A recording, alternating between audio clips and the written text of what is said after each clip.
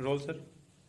India news Rajasthan के खास कार्यक्रम प्रेस क्लब में आपका स्वागत है। बात करेंगे जो प्रदेश के अंदर बड़ी घटनाएं चल रही है उनके ऊपर। तो सबसे पहले बात जो निकल करके आ रही है, जो कृषि कानून बनाया गया है उसको लेकर के मुख्यमंत्री अशोक गहलोत, गोविंद डोटासरा ने आज राज्यपाल से मुलाकात की और एक ज्ञापन दिया है उनको। साथ ही सचिन पायलट भी इस मुद्दे को लेकर के मैदान में कूदे हैं।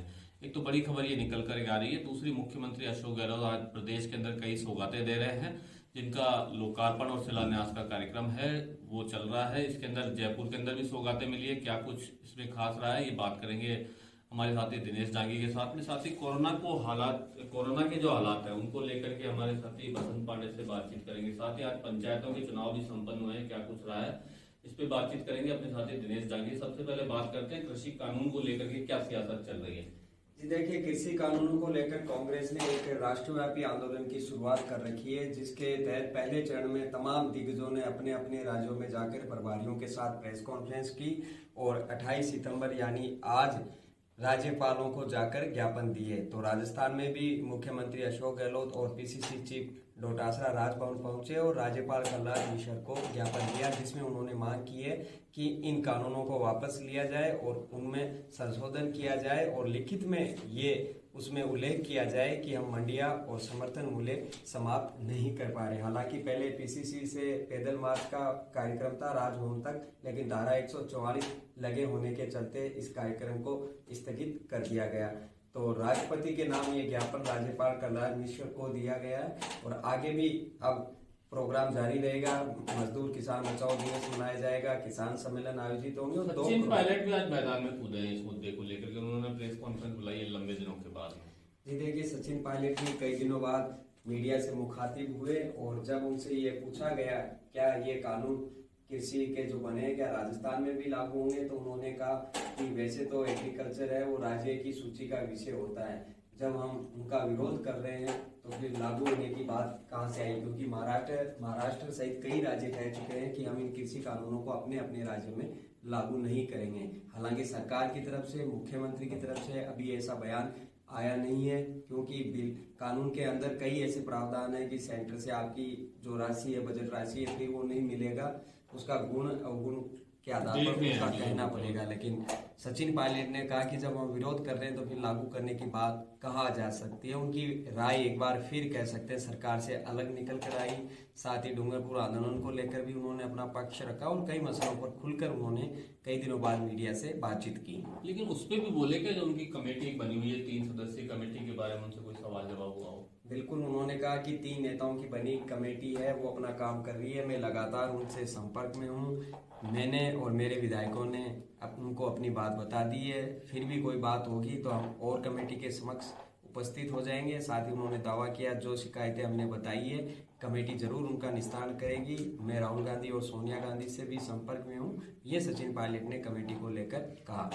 एक जो आज लोकार्पण और शिलान्यास के कार्यक्रम चल रहे हैं जयपुर में, और बड़े क्या कार्यक्रम इसके अंदर बड़ी चीजें जो सौगातें मिली है प्रदेश को। जी देखिए, मुख्यमंत्री अशोक गहलोत ने आज पूरे राजस्थान के कई जिलों को विकास कार्यों के लोकार्पण और शिलान्यास की सौगात दी है। जयपुर संभाग की बात करें तो जो दादली ओवर ब्रिज है, कई सालों से डिमांड चल रही थी, क्योंकि हर 15 मिनट बाद वो रेलवे क्रॉसिंग है जो बंद हो जाता है, जिससे 5 लाख की आबादी इंदिरा नगर, जगतपुरा इन क्षेत्र की प्रभावित थी। साथ ही जो इनके आगे गांव आते हैं उनको काफी परेशानी होती थी, लेकिन आज वो बनकर तैयार हो गया, उसका मुख्यमंत्री अशोक गहलोत ने लोकार्पण किया।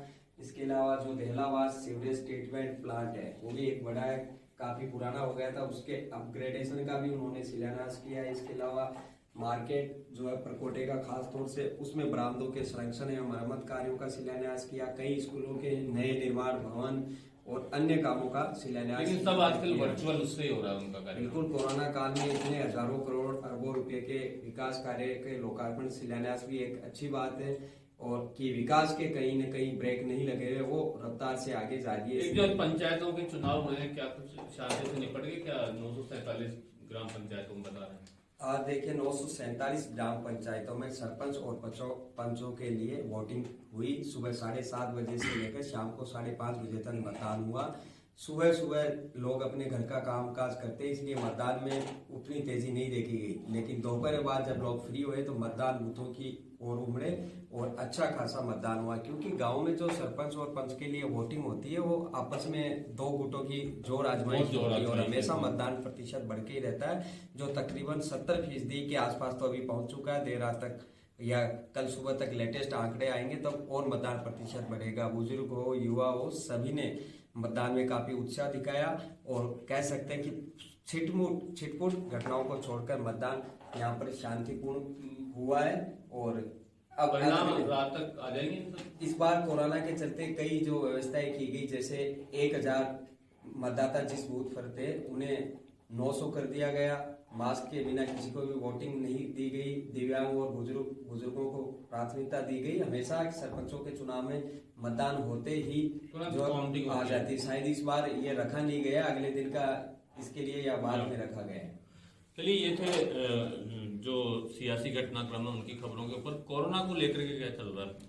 प्रतिदिन कह सकते हैं कि 2000 से अधिक पॉजिटिव केस सामने आ रहे हैं। आज हमारी खुद सीनियर डॉक्टर से जब बातचीत हुई, उन्होंने कहा लोगों की एक मानसिकता बन गई, एक भय का वातावरण बन गया। अस्पताल में मरीज आ भी रहे हैं, चाहे वो मौसमी बीमारी को भी हो, लेकिन उन्हें भय व्याप्त हो गया है कि हमें कोरोना हो गया है। ऐसे में उन्होंने साफ तौर पर कहा कि अगर आम जनता जागरूक होगी तब जाकर इसको जड़ से मिटाया जा सकता है, क्योंकि सरकार अपने स्तर पर प्रयास कर रही है। पहले जयपुर अस्पताल को कोविड-19 से फ्री कर दिया था, ESI को फ्री कर दिया था, लेकिन अब वापस यहाँ पे कोविड सेंटर बना दिए गए हैं। ESI मॉडल हॉस्पिटल जो कि सेंटर के अंडर में आता है, यहाँ SMS की टीम की ओर से कोविड सेंटर यहाँ बनाया गया है, जो उनकी देखरेख में काम किया जा रहा है। साथ साथ खुद डॉक्टर ने भी कहा कि लोग जागरूक हों, सरकार की गाइड की पालना हो, तब जाकर इस पर नियंत्रण किया जा सकता है। क्योंकि पूर्व में सरकार की ओर से जागरूकता अभियान चलाया गया था 10 दिन का, अब जन जागरूकता अभियान भी चलाया जा रहा है, लोगों को जागरूक किया जा रहा है। स्वास्थ्य मित्रों के जरिए जो है वार्ड वाइज जो है स्वास्थ्य मित्रों को लगाया गया। लोगों में अवेयरनेस नहीं है, लोग जागरूक नहीं है। ग्रामीण क्षेत्रों की अगर बात करें, वहाँ 80,000 से अधिक जो है स्वास्थ्य मित्र हैं जो घर घर जाकर लोगों को जागरूक कर रहे हैं। खुद डॉक्टर भी सोशल साइटों के जरिए लोगों से अपील कर रहे हैं, अपनी कविताओं के माध्यम से अपील कर रहे हैं कि अगर कोरोना को हराना है तो कहीं ना कहीं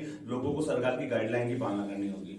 चलिए, ये थी बड़ी खबरें जिनके ऊपर चर्चा करी। इंडिया न्यूज राजस्थान के इस खास कार्यक्रम में आपको तमाम अपडेट्स मिलते रहेंगे। आपको केवल एक बेल आइकॉन जो नजर आ रहा है, आप उसको टच करेंगे तो तमाम अपडेट्स आप तक पहुंचते रहेंगे। आज के लिए धन्यवाद।